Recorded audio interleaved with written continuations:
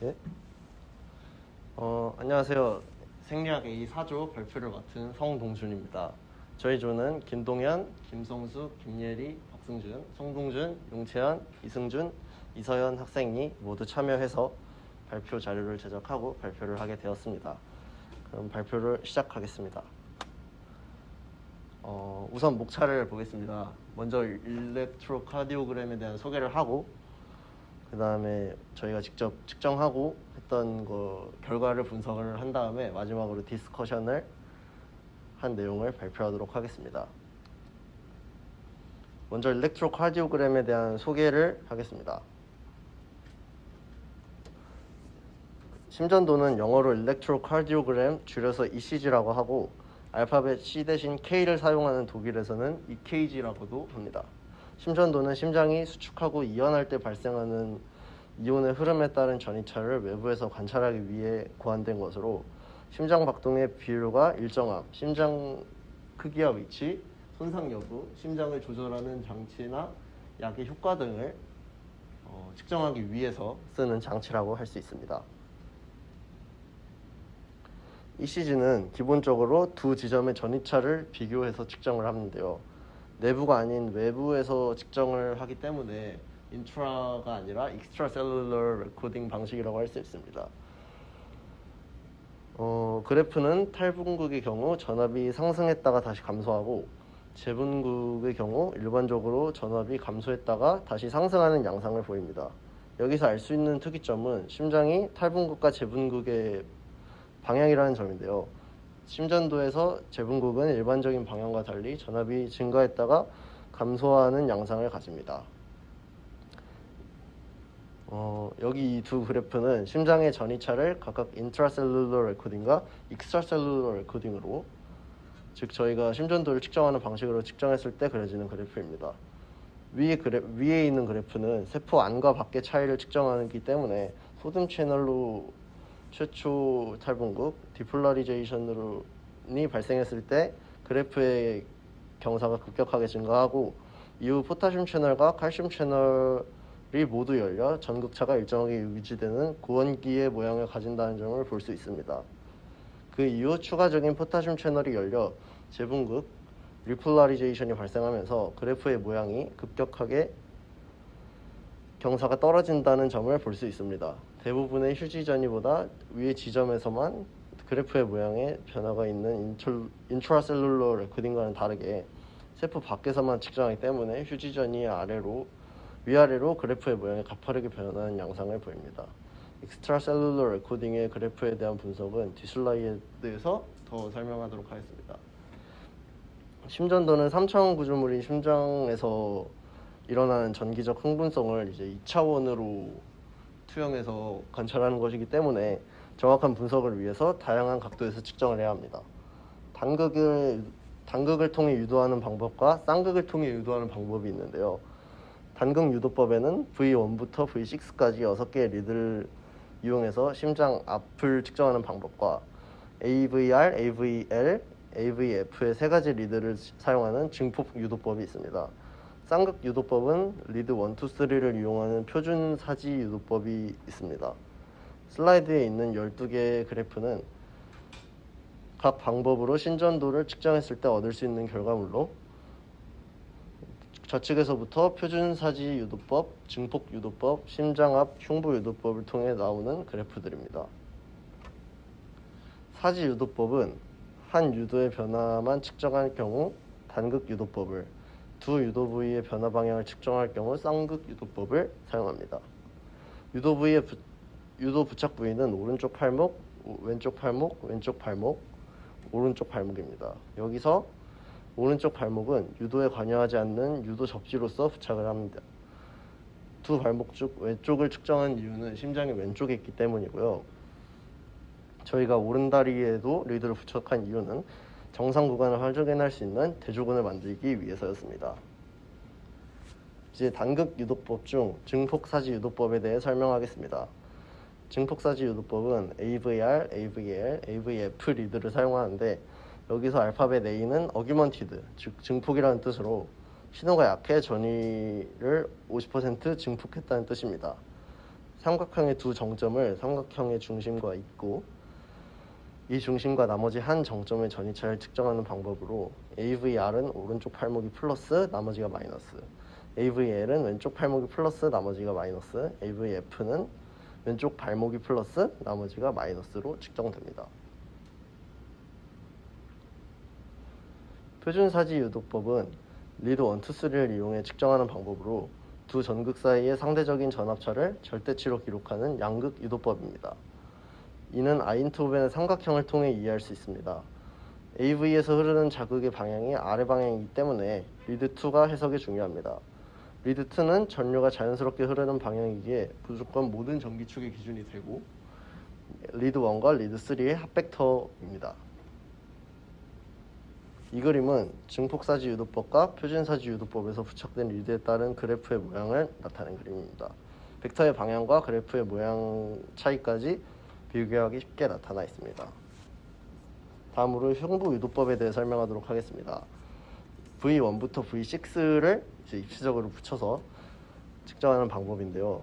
V2를 제4늑간의 좌측 흉고련, V4를 제5늑간과 좌측 쇄골 중앙선이 만나는 부위, V6를 V4와 수평되는 애과 중앙선 부위, V5를 V4와 수평되는 전 애과 부위에 붙이고 V3를 V2, V4 사이에 붙인 다음 V1은 V2와 좌우 대칭되는 부위에 붙이면 됩니다.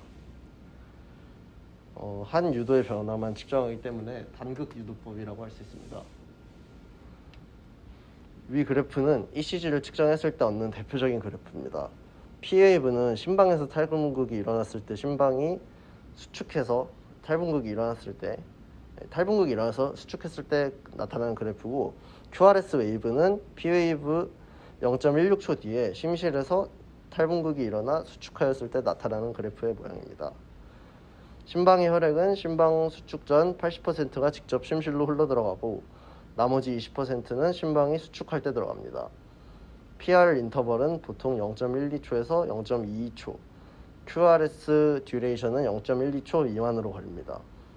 P웨이브는 심실의 재분극으로 인해 나타나는 웨이브로 그 듀레이션이 QRS 복합체보다 긴 것을 볼 수 있는데 심실의 재분극이 탈분극보다 서서히 진행되는 것임을 알 수 있습니다. 이 ECG 그래프를 분석하면 많은 특징을 살펴볼 수 있는데 몇 가지를 소개하도록 하겠습니다. 하이 볼티지 ECG는 리드 1, 2, 3의 유도 전압이 모두 더해서 4.0mV가 넘는 경우를 하이 볼티지 ECG라고 하는데요. Aortic regurgitation, Aortic pulmonary stenosis, 고혈압 등으로 심실에 과부하가 걸려서 심근용적이 늘어난 LCH, RCH의 경우 하이 볼티지 ECG가 나타납니다. 또한 로우 볼티지 QRS인 경우가 있습니다. 이는 허혈 손상에 의한 심근용적의 감소로 전압이 줄어들고 탈분극의 전도가 원활하지 못해서 QRS 인터벌이 연장된 경우입니다. 그 다음에 QRS 폭이 증가했다면 심실 비유나 BBB를 시사합니다. RVH 혹은 LVH, RBBB 혹은 LBBB를 감별합니다. Q웨이브의 증가는 세탈 하이퍼트로피, IHSS를 시사합니다. 그리고 ECG 피처스의 의미에 대해서 한번 보겠습니다. P파는 폭은 심방 전도 시간, 크기는 심방근량, 전기축은 탈분극 진행 방향을 의미합니다. 정상 기준은 각각 120ms 미만, 2.5mm 미만, 0도에서 90도고요. 비정상일 때는 폭은 LAE, 크기는 RAE, 전기축은 비정상적인 자극이 생성된다는 것을 의미합니다. 그 다음에 PR 인터벌은 방실 전도 시간을 의미하는데요. 이게 짧으면 조기 흥분, 접합불동으로 해석할 수 있고 길면 방실 전도 지연으로 해석할 수 있습니다. QRS파는 폭은 심실 내 전도 시간 그리고 120ms 미만이어야 합니다. 그게 증가되면 각 차단, 조기흥분, 심실 박동, 인공 심실 조율 등을 의심할 수 있습니다. QRS 파의 크기는 심실 근량을 의미하며 26mm 이하여야 합니다. 증가했다는 것은 심실 비율가 있다는 뜻이고 감소했다는 것은 심낭 삼출이 있다는 뜻입니다. 전기축은 탈분극 진행 방향으로 마이너스 30에서 90도? 마이너스 30에서 90도 맞는 것 같죠? 전기축은 탈분극 진행 방향으로 마이너스 30도에서 90도입니다. 비정상일 경우에는 심신 비후 섬유속 차단을 의미합니다. ST 세그먼트는 높이가 의미가 있는데 높이 지표를 쓰고요. 완속 재분극의 의미를 갖습니다. 플러스 마이너스 1mm여야 하고요. 상승했다는 것은 심외막에서 허혈이 있다는 것이고 하강했다는 것은 심내막에서 허혈이 있다는 뜻입니다. T파는 후기 급속 재분극을 의미하고요. 알파의 8분의 1에서 3분의 1을 의미합니다. 이 상승했다는 것은 심근허혈, 고칼륨 혈증이고요. 평탄하거나 역이되면 심근허혈이 있다는 것을 의미합니다. QT 인터벌은 심실 총 재분극 시간을 의미하는 지표로 440ms 미만이어야 합니다. 연장되면 저칼륨 혈증, 심근허혈, 항부정맥제, 단축되었으면 고칼륨 혈증을 의심할 수 있습니다. 마지막으로 U파는 T파의 4분의 1이어야 하고요. 저명할 경우 저칼륨 혈증, 역일 경우 심근허혈을 의심할 수 있습니다. 다음으로 EKG 페이퍼에 대해 설명하도록 하겠습니다. 심전도 용지는 가로는 시간, 세로는 전압의 크기인데요. 한 칸이 가로는 0.04초, 세로는 0.1mV를 의미합니다. 이제 저희 조원들이 직접 측정한 심전도를 분석한 결과를 발표하도록 하겠습니다.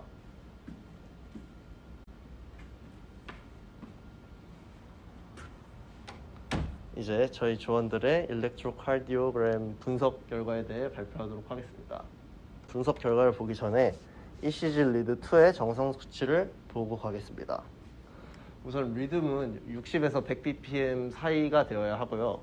PAV는 0.2에서 0.3mV, 그 다음에 0.12세컨드 이내로 들어와야 합니다. PR 인터벌은 0.12에서 0.2세컨드, QRS 인터벌은 0.05에서 0.1초, QRX 컴플렉스는 0.5에서 2mV 사이여야 하고요.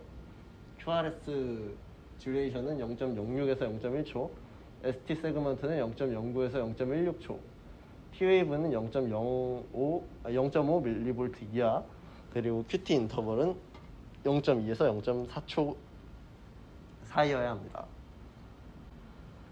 자, 우선 A 학생의 결과를 보겠습니다. B고요. C, B 전부 이렇게 측정을 했고요. A의 분석 결과를 보도록 하겠습니다.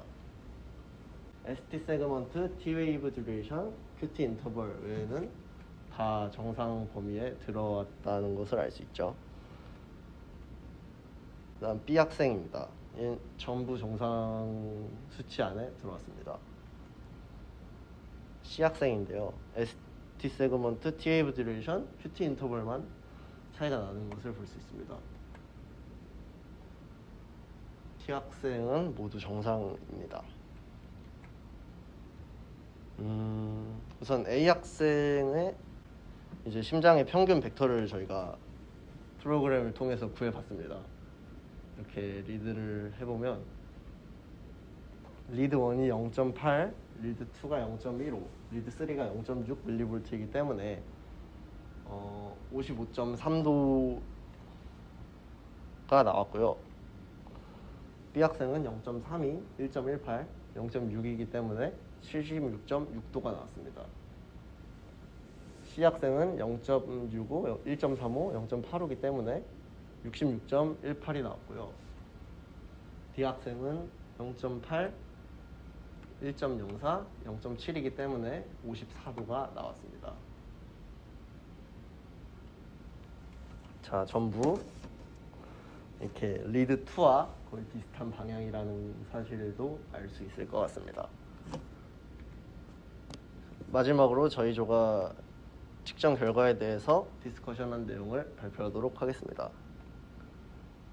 A, B, C, D의 심장 평균 벡터를 구한 그래프는 다음과 같습니다. 다 리드 2와 평행한 것을 볼 수 있죠. 이는 앞서 설명한 것처럼 리드 2가 가장 자연스럽게 전류가 흐르는 여기 방향이기 때문입니다. 다음으로 AC에서 전부 세 항목이 동일하게 이제 비정상 수치가 나왔는데요. ST 세그먼트의 감소는 흔하게 일어날 수 있는 일이고 엘리베이션 디프레션 된 거 외에는 사실 특별한 정보를 찾지 못했습니다. 그리고 두 번째로 TA의 듀레이션이 증가했는데요. 다 개인차가 존재한다는 결론을 내렸습니다. 마지막으로 QT 인터벌이 증가했는데요. QT 인터벌은 맥박이 빠른 경우 짧아지고 맥박이 느린 경우 길어집니다. 따라서 이거를 맥박에 따라서 보정한 QTC라는 지표로 별도로 진단을 합니다. QTC의 식은 다음과 같습니다. 따라서 정상 수치 남자는 460 이하, 여자는 480 이하여야 되는데 A는 남자, C는 여자인데 A가 450, C가 447이기 때문에 결국 다 정상이라고 결론을 내렸습니다. 발표를 들어주셔서 감사합니다.